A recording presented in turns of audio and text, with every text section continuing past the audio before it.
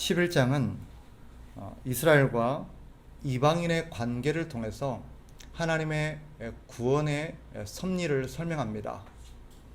앞에서도 우리가 다루었지만 하나님의 구원은 은혜로 이루어지고 은혜로 성취된다는 것을 여러 차례 바울은 강조했습니다.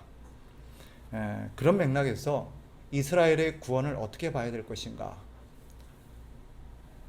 원래 하나님의 구약에 택한 백성은 이스라엘이었습니다.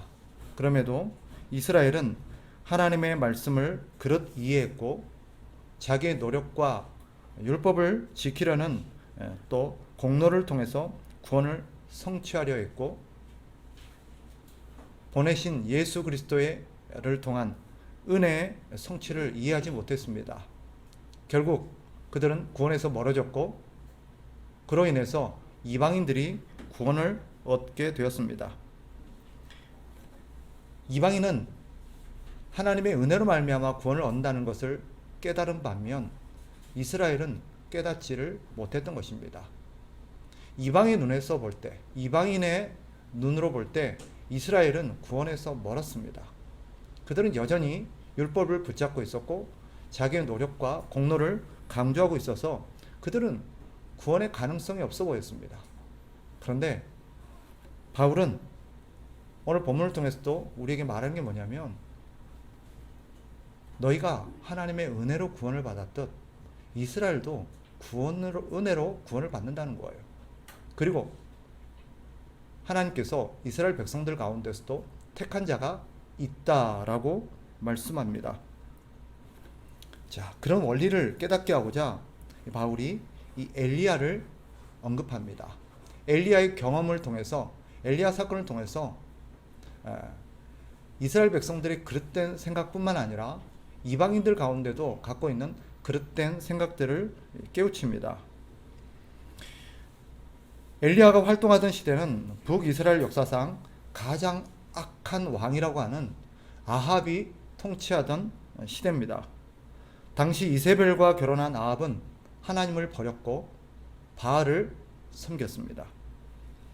아합은 하나님을 섬기는 자들을 박해했고 심지어 색출, 죽여버리기까지 했습니다. 하나님을 섬기는 자는 하나도 남지 않은 듯 보였습니다. 오직 엘리야만 외롭게 남아서 하나님 나라의 싸움을 싸우는 것처럼 보였습니다. 엘리야는 바알 선지자 450명과 갈멜산에서 누가 참된 하나님인지 겨뤄보자라고 제안을 했고 거기서 힘겨운 싸움이 이루어졌습니다. 엘리야가 이겼죠. 하나님이 진정한 여호와가 진정한 하나님이라는 것이 만천하에 드러났습니다. 백성들은 바알 선지자들을 잡아 죽였습니다. 엘리야는 이스라엘이 이제 하나님께 돌아와서 하나님을 섬기며 사는 날이 올 거라고 기대했습니다. 그런데 달라진 게 없었습니다. 이스라엘 백성들은 여전히 바알과 하나님 사이에서 방황을 했고 하나님께 돌아오지 않았습니다. 오히려 아합은 더욱 열을 받았고 엘리야를 죽이겠노라고 선언했습니다. 엘리야는 외롭게 도망쳐야 했습니다. 아무도 엘리야 편에 서지 않았고 엘리야를 돕는 이도 없었습니다. 광야로 도망치는 엘리야는 로뎀 나무 아래에서 하나님께 호소합니다. 자기를 죽여달라는 거예요. 이유가 뭘까요? 이 엘리야는 이렇게 말합니다. 열왕기상 19장 10절에 보면 오늘 본문이 인용하고 있는 원래 본문입니다. 엘리야의 말입니다. 그가 대답하되 내가 만군의 하나님 여호와께 열심히 유별하오니 이는 이스라엘 자손이 주의 언약을 버리고 주의 제단을 헐며 칼로 주의 선지자들을 죽였음이오며 오직 나만 남았거늘 그들이 내 생명을 찾아 빼앗으려 하나이다. 엘리야의 말인즉슨 하나님을 열렬하게 섬기는 사람은 나밖에 없다는 거예요. 다 죽고 자기만 남았다고 말합니다. 그런데 이제는 자기마저 죽게 생겼다라고 호소합니다. 그런데 주목해 볼 점이 하나님의 대답입니다. 하나님은 전혀 의외의 대답을 하십니다. 열왕기상 19장 18절. 그러나 내가 이스라엘 가운데 7,000명을 남기리니 다 바알에게 무릎을 꿇지 아니하고 다 바알에게 입맞추지 아니한 자니라. 엘리야는 자기밖에 없다고 생각했어요. 그런데 하나님은 7천이나 더 있답니다. 왜 엘리야의 눈에는 그들이 보이지 않았을까요? 하나님은 이스라엘 백성들 가운데 다 배교의 길을 걷고 다 하나님을 배신해서 아무도 하나님을 섬기는 것 같지 않은 암흑 같은 시대에 7천이나 하나님의 사람들이 더 있다고 말합니다. 왜 그들이 엘리야의 눈에는 보이지 않았을까요? 엘리야는 겉으로 드러난 행위로 사람들의 신앙을 판단했기 때문입니다. 적어도 신앙이 있다면, 적어도 하나님을 섬기는 사람이라고 한다면 자기처럼 이 어두운 시대에 당당히 나서서 바알을 대적하고 하나님을 섬기는 사람이라고 자신의 신앙을 드러내야 하고, 자기와 함께 하나님의 편에 서서 이 싸움을 싸워야 해야 한다고 엘리야는 판단했던 것입니다. 그런데 주위를 둘러봐도 하나님 편에 서서 전면에 나서서 이 바알 선지자들과 싸우는 사람도 없고 이 아합과 대항해서 싸우는 사람도 없었습니다. 자기밖에 안 보였어요. 그러니 엘리야 눈에는 다 배신을 해서 자기밖에 남아있는 사람이 없다고 생각했습니다. 심지어 이스라엘 백성들은 그런 아합에게 편성, 하나님의 선지자들을 잡아서 죽이는 일에 동참했기에 아무도 하나님을 섬기는 자는 없다라고 생각했던 것입니다. 그런데 하나님은 7천이나 더 있다고 말합니다. 아마 이 사실은 엘리야에게는 충격적인 이야기였을 것입니다. 그러면 본문으로 돌아왔어요. 오늘 바울이 이 엘리야의 이야기를 끄집어내어서 하고자 하는 의도가 뭘까요? 뭘 말하려는 것이겠습니까? 결국 그 결론이 6절입니다. 6절로 다시 돌아가 봅시다. 만일 은혜로 된 것이면 행위로 말미암지 않음이니 그렇지 않으면 은혜가 은혜되지 못하느니라. 아멘. 결론이 이거예요. 행위를 보고 그가 하나님의 백성이다 아니다 판단하지 말라는 거예요. 행위를 가지고 그가 믿음이 있느니 없느니, 구원을 받았느니 안 받았느니 속단하지 말라는 거예요. 왜죠? 그 사람의 행위를 근거해서 하나님이 그 사람을 선택한 것도 아니요, 그 사람을 구원하는 것도 아니기 때문입니다. 이스라엘이 비록 하나님을 거스르고 순종치 않아 보이지만 그들 중에도 하나님이 은혜로 택한 사람들이 있다는 거예요. 엘리야의 눈에는 다 그냥 믿음이 없는 사람처럼 보였고 아무도 하나님을 제대로 섬기는 것 같지 않아 보였어요. 그런데도 하나님은 그들 중에 하나님이 선택한 사람이 있대요. 하나님의 결론이 뭐예요? 행위로 사람을 판단해서 구원받을 만한 구석이 있고 구원받을 만한 행위가 있고 그만한 성품이 되어서 구원을 하게 된다면, 구원을 받는다면 그게 어찌 은혜냐는 거예요. 은혜가 무엇입니까? 우린 은혜 보기에 구원받을 자격도 없고 구원받을 만한 짓도 하지 않고 다 행실을 봤을 때 하나님을 떠나서 그릇되게 행하는데도 하나님이 그 자격 없는 자에게 선물로 구원을 베풀어 주신 것을 우리는 은혜라고 말합니다. 엘리야가 나만 남았습니다. 하나님을 열렬하게 섬기는 사람은 나밖에 없습니다. 라고 말한 의도가 뭐겠습니까? 하나님의 백성은 적어도 하나님을 믿는다면, 하나님의 백성이라면 적어도 나처럼 전면에 하나님을 섬기는 자로 나서야 되고, 하나님을 믿는 믿음을 가지고 전면에 나서서 하나님 나라의 싸움을 싸워야 하고, 하나님을 대적하는 사람들에게 나서서 그들과의 싸움을 싸워야 된다는 거예요. 쉽게 말하면 뭐예요?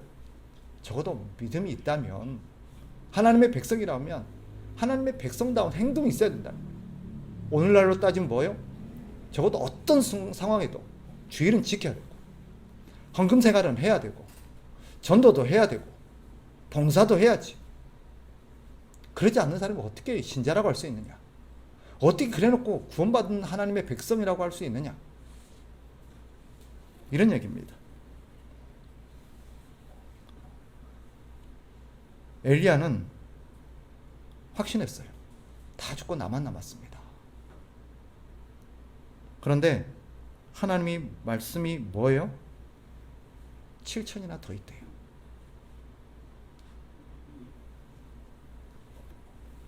드러난 행동이 없다고, 하나님이 남긴 백성이 없다고 판단하지 말라는 거예요. 그것은 은혜가 아니라 행위로 구원을 받는다고 주장하는 것과 똑같다는 거예요. 사실 이런 엘리야의 고발과 엘리야의 시각, 신앙과는 어쩌면 이 시대를 사랑하는 우리의 이해와 맞닿아 있는지도 모르겠습니다. 많은 사람들이 신앙을 외적으로 드러난 어떤 행위나 태도를 가지고 평가를 많이 해요. 그게 제일 합리적으로 보여요. 본인이 뭔가 열심히 하나님을 섬기고 열렬하게 하나님을 위해서 뭔가를 할 때는 다른 사람들이 다 마음에 안 들어 보여요. 어떻게 신자가 돼가지고 전도도 안 하나? 어떻게 신자가 돼가지고 주일 예배를 빼먹나? 어떻게 헌금 생활을 안 하나? 어떻게 주일 신자가 돼가지고 행실이 저런가? 다 하나님 백성 같지가 않아 보여요. 자기만 잘 섬기는 것 같고, 자기만 신앙이 좋은 것 같고, 자기만 하나님의 백성다운 것 같이 보여요. 근데요, 그 사람이 만약에 하나님의 말씀을 떠나서 그릇되게 행하고 죄를 범하고 자기 신앙이 바닥을 칠 때는 어떨까요? 갑자기 자기가 하나님 백성 같지가 않고 자기가 구원받았는지 의문이 생기고, 내가 이래가지고 하나님 나라 들어가겠나? 내가 이래가지고 천국 가겠나? 그렇게 마음이 흔들려요. 성경이 뭐라고 말합니까? 왜 은혜인 줄 아니? 왜 구원이 하나님의 은혜라고 말하는지 아니? 행실로 본다면, 겉으로 드러난 행위와 삶의 모습으로 본다면 하나님의 백성다운 사람 아무도 없어. 구원받을 자격 있는 사람 아무도 없기 때문이에요. 성경이 단언하잖아요. 의인은 없나니 하나도 없대요. 자기가 조금 신앙생활 잘한다고, 자기가 조금 열심히 있다고 다른 사람들이 마치 신앙인이 아닌 것처럼 그렇게 판단하고 정죄하는 것은, 그것은 신앙을 오해하고 있는 것입니다. 은혜를 생각하지 못하고 있는 거예요. 엘리야가 하나님의 백성, 하나님의 선지자로 선택받은 것 역시 은혜입니다. 놀라운 사역과 업적 역시 하나님의 은혜의 결과입니다. 엘리야가 잘나서, 엘리야가 남달라서, 우리는 엘리야의 어떤 뛰어난 모습과 열렬한 모습과 어떤 굉장한 기적적인 모습만을 우리는 주목하면서, 아, 엘리야는 남달랐구나, 엘리야는 우리와 달랐구나. 아니지요. 야고보는 이 은혜의 본질을 깨닫고 뭐랍니까? 엘리야와 우리는 성정이 같은 사람이래요. 그러나 우리나 별반 차이가 없대요. 갈멜산 사건이 있고 나서 바알 선지자들과 어떤 열렬한 싸움 이후에 그는 급격하게 신앙이 바닥을 칩니다. 그는 광야로 도망오면서 몸도 지치고 마음도 지칩니다. 그렇게 하나님 앞에 선 엘리야가 하나님 앞에 죽음을 구하죠. 이제 못해 먹겠습니다. 저 지쳤습니다. 차라리 나를 죽여주십시오. 나 혼자서 내가 무슨 일을 할 수 있겠습니까? 그런 모습을 성경이 그려내고 있는 이유가 뭔지 아세요? 끝까지 초지일관 신비롭게 등장해서 하늘에서 불을 내리고 바알 선지자 450명을 처단하고 장렬하게 하나님을 위해서 살던 엘리야, 그 모습 그대로 역사의 막이 딱 끝나면 엘리야는 참 멋있는 사람으로 기억될 텐데 왜 끝에 가서 비굴하고 비참하고 나약한 모습을 여실히 기록해 놓았을까요? 그게 엘리야의 본질이에요. 하나님의 은혜가 없으면, 하나님이 함께 하시지 않으면 인간은 바닥을 칠 수밖에 없어요. 내가 열렬하게 뭔가 열심히 믿음을 지켜내고 그래도 믿음의 선한 싸움을 싸워가면서 나름대로 신앙을 해나가는 것은요, 내가 남달라서가 아니에요. 하나님의 은혜가 나를 붙들고 있기 때문에. 언젠가 우리도 바닥을 친 날이 있었을 거예요. 그게 우리의 본 모습이에요. 하나님의 은혜가 우리를 붙들지 않고 하나님 우리와 함께 하시지 않을 때 우리가 얼마나 바닥을 칠 수 있는 존재인지 하나님 가끔 우리에게 경험하게 해요. 왜? 그런 경험을 하지 않으면요, 사람은 기고만장해요. 교만해. 그래서 자기가 남달라서 하나님의 백성이 되고 구원받았다고 생각해요. 오늘 바닥을 치는 엘리야의 모습은 원래 엘리야의 본 모습이 어땠는가를 잘 보여줍니다. 하나님의 은혜가 없다면 엘리야는 그저 나약한 존재에 불과합니다. 본인은 하나님을 향한 열심이 특심하다고 자부했을지 모르지만 그것이 하나님의 은혜의 결과라는 것을 그는 순간 잊었습니다. 엘리야의 열심, 엘리야의 노력, 엘리야의 어떤 능력들은 본인의 것이 아니라 하나님의 은혜의 결과입니다.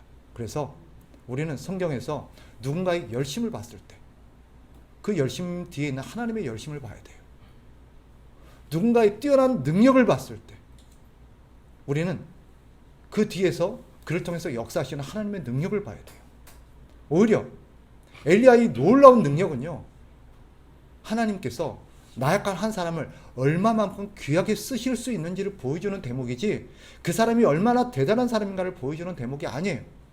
그런데도 많은 사람들은 성경의 어떤 인물들을 보면서 그들의 업적을 기리면서 우리도 그 사람을 본받자, 우리도 그 사람처럼 되자. 물론 그 취지 자체가 나쁜 건 아니에요. 그러나 우리는 그 뒤에서 그 사람을 그 사람 되게 하신 하나님을 잊어버리고 마치 그 사람이 대단한 것처럼, 그 사람이 남달랐던 것처럼 그렇게 이해를 하면 우리는 은혜를 잊어버리게 됩니다. 성경을 전체를 관통하는 주제 한 가지가 은혜예요. 그 등장하는 모든 사람들을 관통하는 주제 역시 은혜입니다. 아담부터 오늘 우리에 이르기까지 우리를 우리 되게 한 것은 하나님의 은혜예요. 신약에 들어서서 가장 대표적인 인물 한 사람을 꼽으라면 단연 바울입니다. 오늘 로마서를 기록하고 있고 우리에게 복음의 본질을 깨우쳐서 수많은 성경을 기록함으로써 우리에게 은혜를 끼치고 있는 이 바울. 그러나 바울이 바울 된 것도 하나님의 은혜임을 스스로가 밝힙니다. 누군가와 비교하면서 왜 저 사람은 저렇게 신앙이 좋고 저 사람은 저렇게 열심히 하고 저렇게 좋은 일을 많이 하는데 나는 이 모양인가? 그거는 그 사람이 남달라서가 아니에요. 하나님의 은혜 덕분입니다. 그렇다면 하나님의 은혜를 아는 자의 태도는 어떠해야 하겠습니까? 하나님의 은혜를 은혜로 깨닫는 자라면 우리는 세 가지의 모습을, 세 가지의 어떤 태도를 견지해야 합니다. 첫째는 사람을 겉모습으로 판단하지 않는 것입니다. 어떤 사람이 열렬하고 열심히 하나님을 섬기는 모습을 볼 때는 어떻게 해야 돼요? 하나님의 은혜가 저와 함께 하는구나. 하나님이 저를 통해서 역사하시는구나. 누군가가 바닥을 칠 수 있어요. 바닥을 칠 수 있어요. 그럼 어떻게 해야 돼요? 신앙이 어떻게 저밖에 안 돼. 신자가 돼갖고 권사가 돼갖고 장로가 돼갖고 아니 목사가 어떻게 신앙이 저밖에 안 돼? 그게 아니라 하나님이 저 사람을 낮추셔서 겸손케 하시는구나. 하나님께서 은혜의 손길을 잠깐 거두셨구나. 그래서 그가 바닥을 치면서 자기가 얼마나 비참하고 나약한 존재인지를 여실히 맛보게 하시는구나. 이렇게 이해해야 돼요. 그러면 어떻게 해야 돼요? 우리는 그 사람을 위해서 기도해야 돼요. 하나님, 다시 은혜로 저를 붙드소서. 다시 저를 일으켜서 세워주소서. 너무 침체가 오래되고 너무 바닥을 치는 것이 깊어지면 사람이 상심이 되고 낙심이 돼요. 그래서 하나님께 자비를 구해야 돼요.